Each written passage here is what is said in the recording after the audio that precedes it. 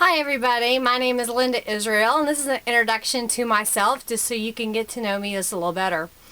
I live in Yukon, Oklahoma and we're in my studio at the moment and I want to just share a few things about myself. I am a crafty artist, I guess you could say. Sometimes people ask me, what do you do? And I say just a little bit of everything. I think I've done almost anything and everything that has to do with crafting and artistry throughout the years, and some of my favorite things are the things that I'm going to show you today.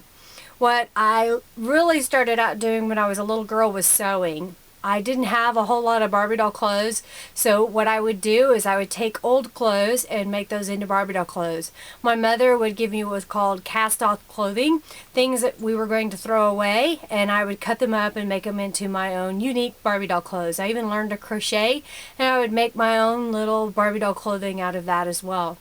Later, I moved on into clothing for myself, and I made my own prom dress for my high school proms.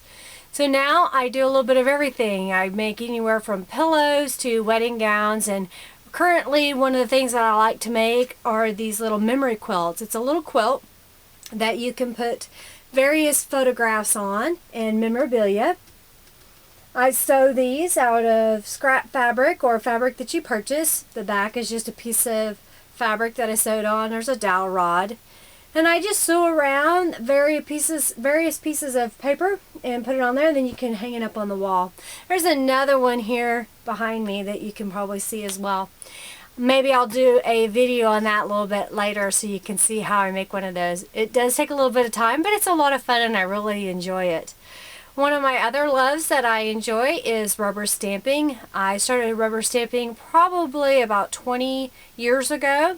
A friend of mine came over from Lawton and was visiting my next door neighbor and showed me a company called Dots.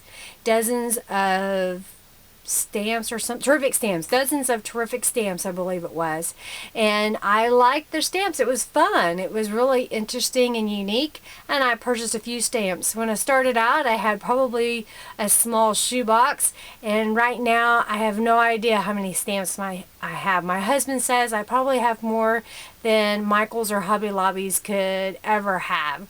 And I say, no, I don't have that one, I don't have that one, I don't have that one. It's a big running joke in my family.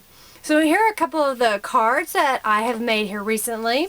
This one I've used a little bit of stamping on plain craft paper in the background. And I've used one of those really pretty decorative punches across the bottom. And this is one of my favorite stamps from Stampers Anonymous. I like that company. It's a lot of fun to use. This one again is using a solid background paper. I like this green. I don't know, it just kind of pops. Maybe it's because it kind of matches the color of my eyes. Who knows? Maybe it's because it's my birthstone. And I like using toward papers and whatnot here. This is a technique that I found that I thought was a lot of fun. And that is where you take a piece of paper and you crumple it up and then you run it over a dye ink pad. And it goes into it and makes all these neat little crackly creases and whatnot. And this was a card that I made for my husband a couple of years ago for his birthday. Another card that I made here recently, I got some of the Sizzix embossing templates that you can run through your big kick. And I used it with regular cardstock and then ran over it with a straw ink pad from the Destruct ink pads from Ranger and Tim Holtz. Those are a lot of fun. And then just coloring in those images there. This is a image from Beeline Stamps. I really like her stamps. She has some really neat, elegant stamps, fun stamps, and I really like the style of this. I've found that if I stamp it and then stamp her little jacket again and pop it up with a little bit of some 3D embellishment and then put some beads down the front, that she looks really elegant. And this is a fun stamp that people like to get for birthday cards. I hope to someday be on television, meaning that That's Clever was a TV show that came out to my home a couple of years ago. Yes, a couple of years ago, and taped us. Now, some of the shows have aired on HGTV's That's Clever, and I'm still waiting for my show to air. I have been given an episode number, and that'll be posted on my blog so that you can check on it as well as I do. someday soon, maybe they will air that show, because I know it's been approved. This was the project that I made for their show. It was a trifold card that I rubber stamped all of the items on here. And I'm sorry if I'm moving this too fast. Maybe I'll do a clip of this a little bit slower. And then I made these beads into a bracelet. I actually made the beads on the TV show, and it was a lot of fun. It was a neat experience, and I learned a lot about how production is done when they come out to your home. Here recently, one of the things that I have done is I purchased some pastel oils. They come in the little crayons, and I just bought an inexpensive set at the craft store, and I went ahead and picked up one of those small canvases, and I decided that I would see how it would look. So this is what it turned out to be. I used the purples and blues and a little bit of pink. I went ahead and went around this whole thing with the pastels. There's a blog that describes this a little bit better. I plan to make another one so that it'll describe it a little bit better of how I made this.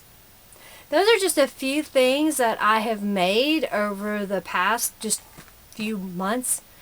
And I hope that I can share quite a bit more with you. One of the other things that I really enjoy is spending time with my husband Henry. In fact, we're going on a cruise here in just a few weeks. And Toastmasters. I'm very involved with Toastmasters. If you'd like to know more about that, it's toastmasters.org.